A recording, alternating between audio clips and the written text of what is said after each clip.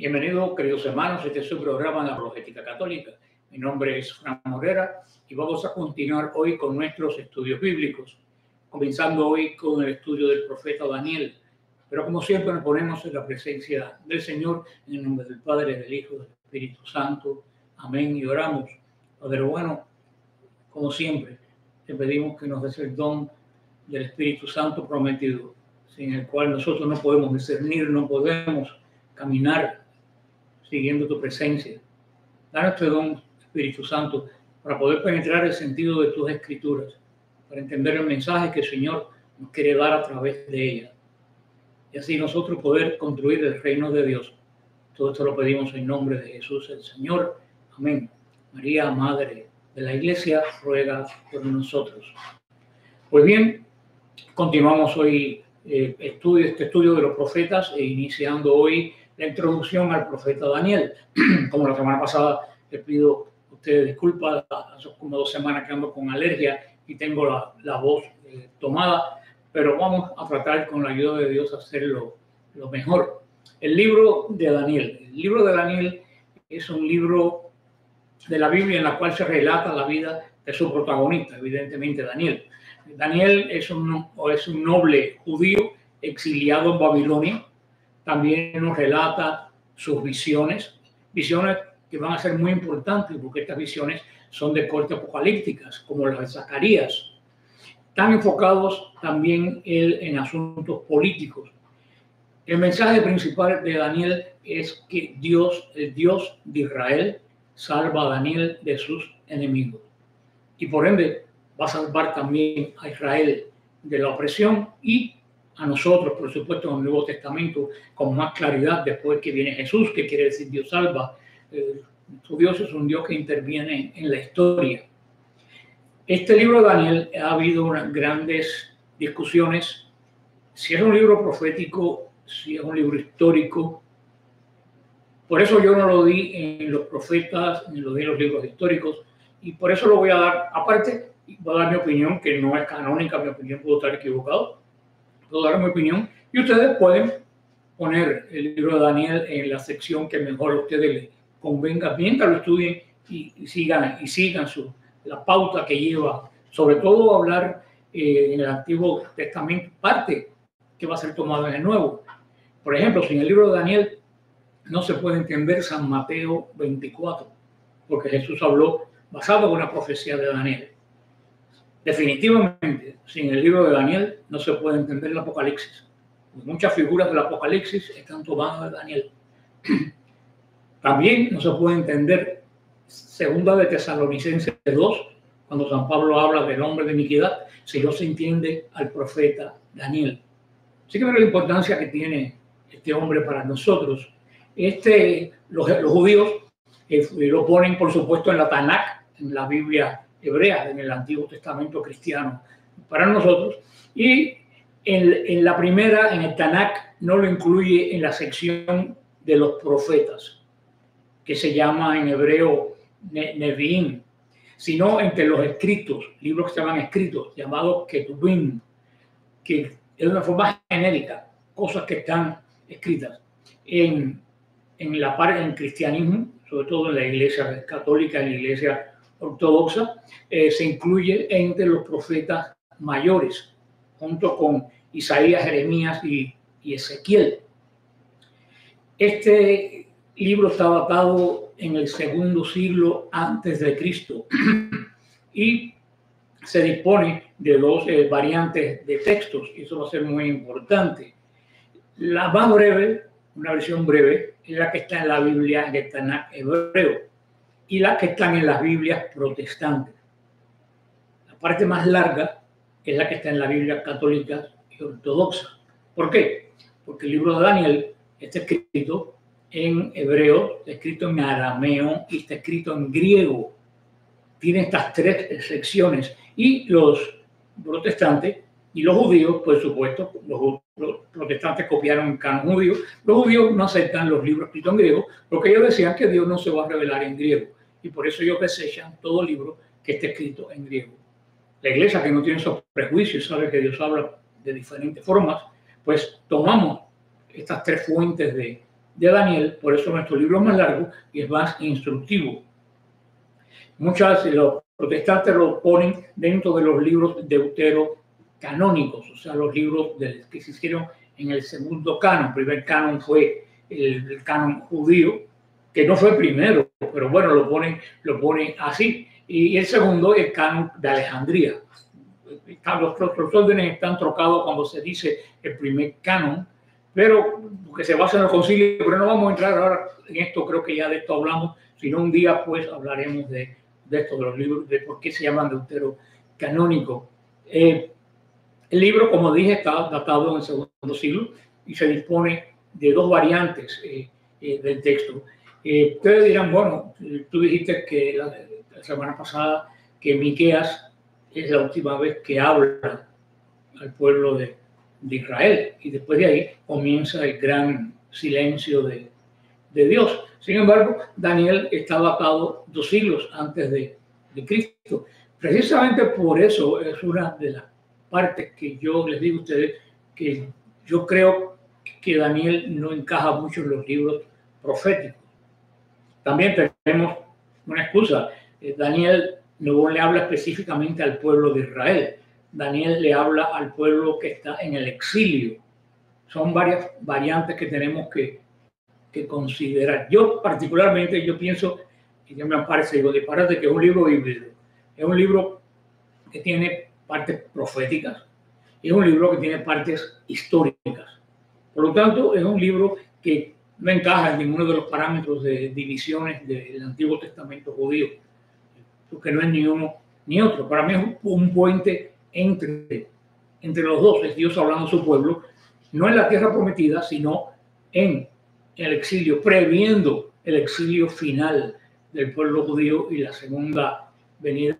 Por lo tanto, al usarlo Jesús. Pero para mí lo que es ser un profeta, como digo profeta, que sí lo es, pero en el sentido del libro canónico, ser un profeta como Jeremías, Ezequiel, como Isaías, por lo menos yo no lo veo de esa forma, dado los diferentes estilos e informaciones que el libro nos presenta. Yo se los voy a dar, ustedes pues hacen su propia decisión. Lo principal es estudiarlo, conocerlo, porque es un libro muy importante. Lo que sí no tenemos duda es que Daniel esencialmente pertenece al género apocalíptico, al género apocalíptico judío, de la forma de ver, la forma escatológica y ver la forma finales de los tiempos de que los judíos, la versión que tienen los judíos de ellos. Y Daniel es uno de los principales ejemplos de este género apocalíptico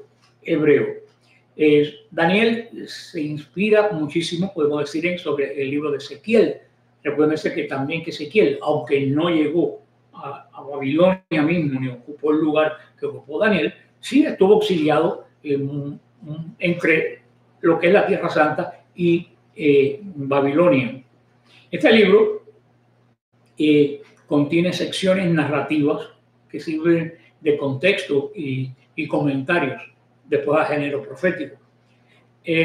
Quienes consideran al libro como obra de un profeta llamado Daniel, que vivió en la corte de Nabucodonosor y sus sucesores, suelen catalogarlo, como les dije, como un texto profético, cuando lo ven desde ese punto de vista. Yo también veo, como les digo y lo he repetido, la parte histórica de Daniel, que no la vemos en otros profetas mayores que dediquen tanto tiempo a su vida, a su historia personal. Hay profetas que poco sabemos de la vida o casi nada sabemos de la vida de ellos, y de los que sabemos son pequeños fragmentos. Por eso sorprende tanto este libro de Daniel con tantos datos de vida personal.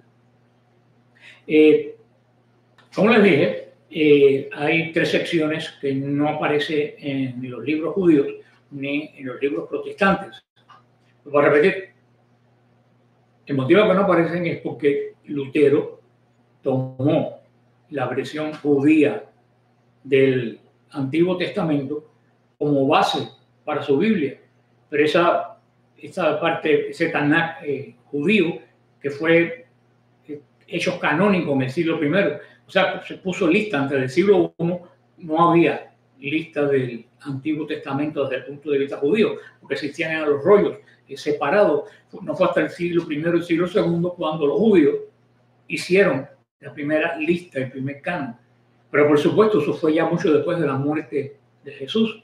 Y los judíos, el mismo Sanedrín judío que crucificó a Jesús, eliminaron de la parte del Tanakh todos los libros escritos en griego. Ellos decían que era porque Dios no hablaba en griego, es un disparate. Lo quitaron porque según los libros que están escritos en griego son los libros más cercanos a la época de la venida de Jesús. Y como la Biblia va en una revelación progresiva, según se va acercando Jesús, el mensaje que está dando Dios a Israel tiene más sabor cristiano. Por eso que los judíos decían que estos libros eran demasiado, entre comillas, cristianos, y lo quitaron. Lutero escogió esta lista de los judíos y no escogió la lista inspirada de la iglesia, de todos los padres de los primeros 4 y 5 siglos. Pero estos 3 libros que faltan en la Biblia protestante es la oración de Azarías, el cántico de los 3 jóvenes, que se han perdido una belleza de oración. Para mí el cántico de los 3 jóvenes es la oración más bella de todo el Antiguo Testamento. No tiene la historia de Susana, es una historia que la tradición judía ya conocía y aparece en el Josipón, otro libro judío. Y la historia de Bel y el dragón de Daniel 14, pues tampoco la tiene. Aparte del libro del cántico de los 3 jóvenes y de la oración de Azarías, los otros libros en griego son verdaderamente insignificantes desde el punto de vista en lo que es profético. El libro, como les dije, de Daniel está escrito en 3 lenguas diferentes: hebreo, arameo y las 3 partes griegas que ellos consideran, los protestantes consideran deuterocanónico. Podríamos decir, multilingüismo del libro de Daniel, que muchas veces puso en duda la existencia de Daniel como tal, ser un libro canónico, fue totalmente confirmado con el hallazgo de los manuscritos del Mar Muerto.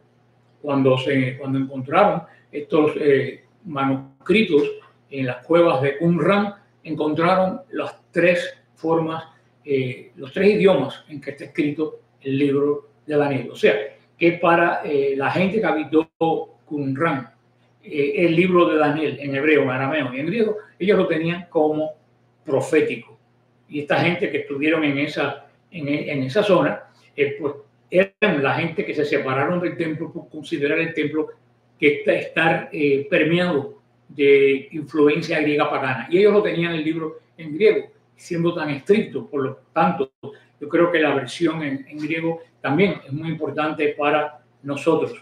La primera parte del libro de Daniel, quien según el mismo libro vivió en Babilonia, eso nos lo dice él, que vivió en Babilonia como exiliado, junto, por supuesto, con todo el resto del pueblo hebreo. Esto fue en el siglo IV antes de Cristo. En esta parte se hallan las vicisitudes. Podemos ver las vicisitudes que pasó Daniel y otros 3 compañeros por ser fieles a Dios. Un libro que nos habla profundamente de la fidelidad a Dios. Al contrario de lo mandado por Nabucodonosor, el rey de los babilonios, ellos en medio de esta tormenta y en medio de las persecuciones, van a mantener su fidelidad al Dios de sus padres, al Dios de la alianza, al Dios del pacto.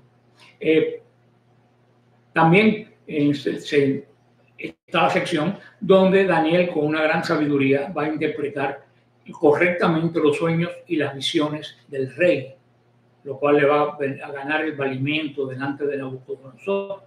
Por último, relata lo sucedido a Daniel cuando los babilonios fueron vencidos. Recuerden que los babilonios fueron vencidos. Si bien tras la conquista de Darío, sigue Daniel en la corte. Daniel sirvió a Nabucodonosor, sirvió a Darío y sirvió a Ciro.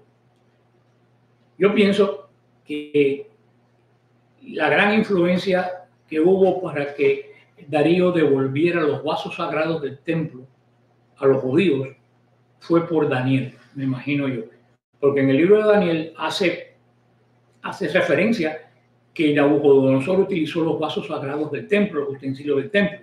Y después vemos que después que cae Nabucodonosor en boca de Darío, siendo Daniel parte del gobierno de Darío, estos vasos sagrados son devueltos a su pueblo. O sea que Daniel no regresó, pero sí se preocupó, como buen judío, que las cosas de Dios regresaran a Dios. La segunda parte del libro relata de manera apocalíptica lo sucedido en Judea cuando la dinastía tolemaica y la dinastía de los seleucidas peleaban, con estas dos dinastías egipcia y griega, peleaban por el territorio. Y más tarde, durante el reinado de Antíoco IV, llamado Antíoco Epífanes, que fue que da paso al libro de los Macabeos, que intentó suprimir el culto judío en Jerusalén y profanó el templo. Existe además, como he mencionado, 5 relatos deuterocanónicos cuyos originales solo se conservan en griego, por lo que no todas las iglesias, hemos repetido, lo aceptan. Eso tenemos que tenerlo claro, porque muchas veces si vas a buscar a una Biblia protestante, no lo vas a encontrar. Cuando yo empezaba a leer la Biblia, me sucedía eso. Yo veía que uno era más corto que los otros. La mayor parte de los estudiosos consideran que el libro fue compuesto en el siglo II antes de Cristo. Esa tesis fue propuesta desde el principio, desde la parte neoplatónica de la Iglesia, desde el muy principio del cristianismo. Inclusive los padres de la Iglesia afirmó en la obra Adversus Cristianos, algo en contra de los cristianos, que hoy está perdida, diciendo que vivió en Judea en tiempo de Antíoco y que por lo tanto habría narrado hechos que ya habían sucedido. Esta parte, que no son cristianos, dicen que Daniel, hablando en plata, que Daniel dijo, no hizo profecía, relató cosas que ya habían pasado y le puso una data anterior para que luciera que eran unas verdaderas profecías, cuando lo que estaba era copiando la realidad. Eso es lo que dicen los enemigos del libro, sobre todo los que no son cristianos. Sin embargo, teólogos, estudiosos y padres de la Iglesia sostienen que el libro fue escrito durante el exilio judío en Babilonia. Y aducen, con mucha razón, el capítulo 14 de Ezequiel, donde Ezequiel nombra a Daniel, lo cual va a confirmar la existencia de durante la parte que el pueblo hebreo estuvo sujeto en Babilonia. Hay quienes dicen, por supuesto, siempre van a haber excusas, esto es lo de nunca terminar. Hay quienes dicen que es otro Daniel. Pero siendo un personaje tan importante, que tiene un libro profético, que lo miente un profeta, pues yo estoy seguro que se refiere a la misma persona. Daniel, que quiere decir Dios es juez. También agrega Flavio Josefo, el gran historiador judío, que le mostró este libro, dice era Alejandro Magno, cuando estuvo en Jerusalén, lo que indicaría que ya estaba compuesto en el año 332 antes de Cristo. Sin embargo, la visita de Alejandro a Jerusalén también muchos lo consideran legendaria, sobre todo muchos historiadores. Por eso se lo estoy diciendo, porque son los datos que tenemos que saber, pero no calentarnos la cabeza con estos datos que no son más relevantes. Lo relevante es lo que el Señor nos quiere revelar a través de su palabra, a través de este libro, que es muy importante. Sin embargo, el relato de la vida de Daniel está ambientado en el siglo alrededor VI antes de Cristo. Datos acerca de la corte de Babilonia, de la conquista persa, muchas veces son inexactos. Por el contrario, las visiones que se describen en los capítulos 7 y 12 recogen de una forma totalmente precisa las crisis que tuvo lugar en Judea en la época antes del exilio, que hemos estudiado ya en Jeremías, en Isaías y en algo de Ezequiel. Hasta hasta el año 199 antes de Cristo. Judea, así como Palestina, estaba en poder de los reyes lajidas de Egipto, de esta parte descendiente de los faraones, el rey del sur que le mienta Daniel. Pero a partir de la batalla de Panio pasó a manos de los reyes seleucidas, que eran los reyes de Siria. Hoy lo llama Daniel, lo vamos a leer como rey del norte.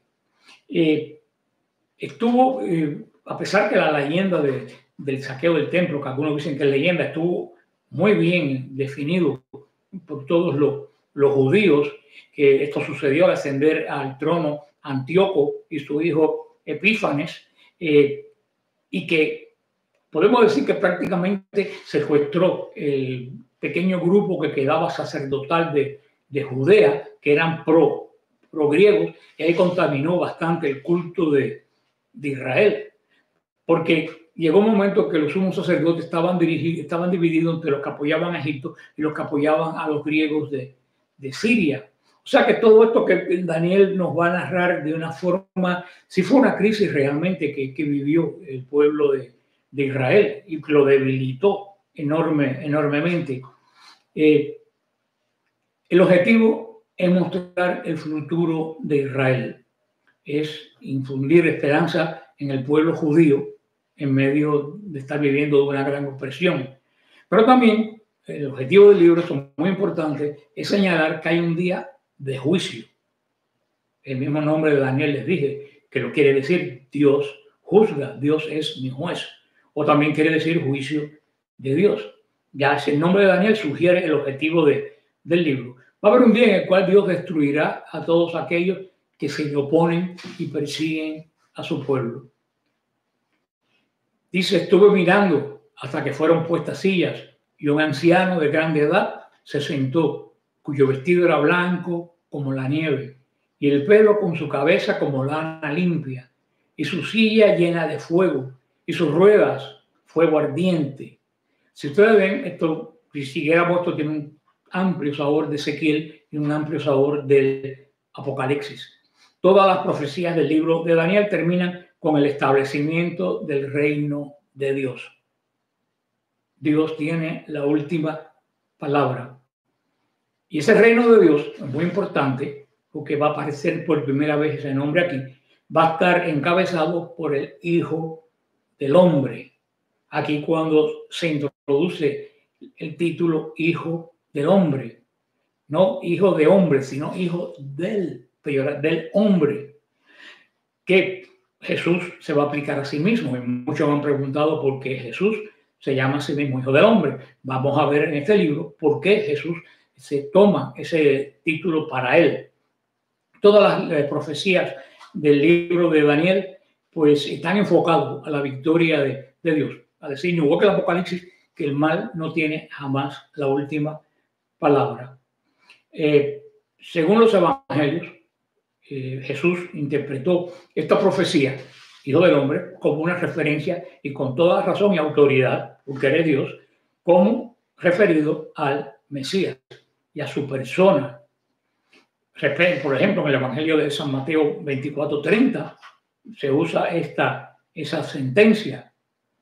Se revela también en este libro el Dios de Israel como el Dios creador de un nuevo universo, el que hace una nueva creación. Y también el Apocalipsis nos va a hablar de esta visión de la nueva creación, cuando el mundo sea rescatado y entregado al Padre Dios por Cristo, junto con las llaves del reino. O sea que es un libro que para nosotros, los cristianos, vamos a repetir como dije al principio, quitando este enredo de fechas, que si es del siglo IV, que si es del siglo II, que si fue antes, que si fue después, yo lo di sencillamente por un hecho cultural, porque a veces queda un poco enredado de entenderlo, porque recuérdense que antes de Cristo los siglos corrían al revés. Después de Cristo van sumando, para atrás van restando. O sea, por eso que se complica, lo quise dar como una parte para ustedes cultural, para que tuvieran una ubicación.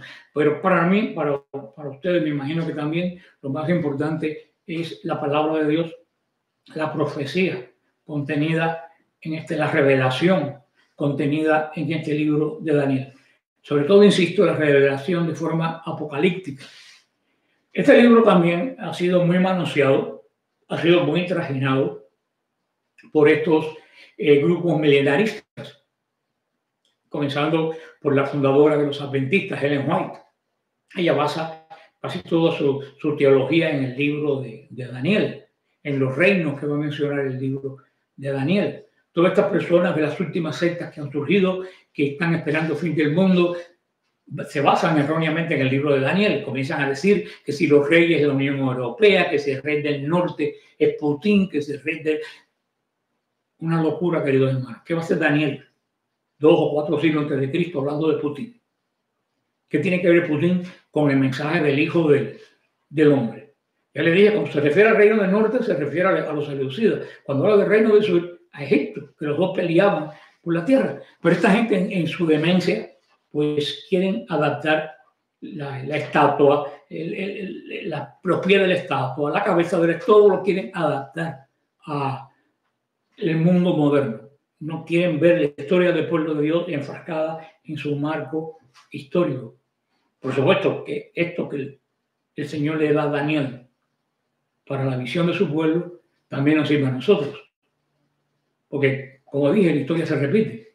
Muchas cosas que vemos en el pueblo hebreo, lo vemos como iglesia nosotros, que nos está advirtiendo a nosotros cosas que no debemos hacer. Así el profeta Daniel no, pues todos los profetas, como vimos anteriormente, los profetas mayores, todos los profetas nos dejan bien claro situaciones que nosotros hoy en día le estamos viviendo. Por eso es la validez del Antiguo Testamento y de las profecías para nosotros, que aunque ya fueron dadas, tienen un claro mensaje para el cristiano de hoy en día. En estos tiempos que como nunca ha reinado una confusión terrible en el mundo y en el pueblo de Dios. Por eso que la palabra de Dios siempre es viva y eficaz. Pero con el profeta Daniel pasa exactamente igual que con el Apocalipsis. No podemos transportar figuras de 4 siglos antes de Cristo al siglo XXI. No podemos. Eso es una locura. El libro del Apocalipsis, la parte apocalíptica del libro de Daniel, más bien se tiene que ver como un conjunto para entender el mensaje, no atribuyéndole a personas las figuras que Daniel nos presenta de personajes de su época que ya vivieron y murieron. Esa es la parte en que caen en error estas sectas que surgen últimamente. Ellos quieren coger esos personajes que existieron y darle vida hoy en día. Y por eso que tantos se han equivocado, han dicho que Napoleón era el anticristo, que Lenin era el anticristo, han puesto que últimamente que Saddam Hussein era el anticristo. ¿Cuántas cosas hemos oído y todos han fallado? Porque tú no puedes transportar esas figuras históricas a nuestro mundo. No tienen equivalencia. Tienes que verlo en el sentido espiritual, en conjunto, el mensaje que está dándole esta gente y ver de qué forma ese mensaje puede servirnos a nosotros. El mensaje principal de esta parte apocalíptica de Daniel como del Apocalipsis, el mensaje central no es bombas, ni explosiones, ni destrucciones. El mensaje central es que Dios tiene la última palabra. Y aunque parezca que todo está yendo mal, como le parecía a Daniel, al final el Señor obra. Y así va a obrar para ti y para mí. Esperamos que así sea. Que el Señor te bendiga y te guarde. Y la semana que viene, pues nos vemos con el primer capítulo del libro de Daniel.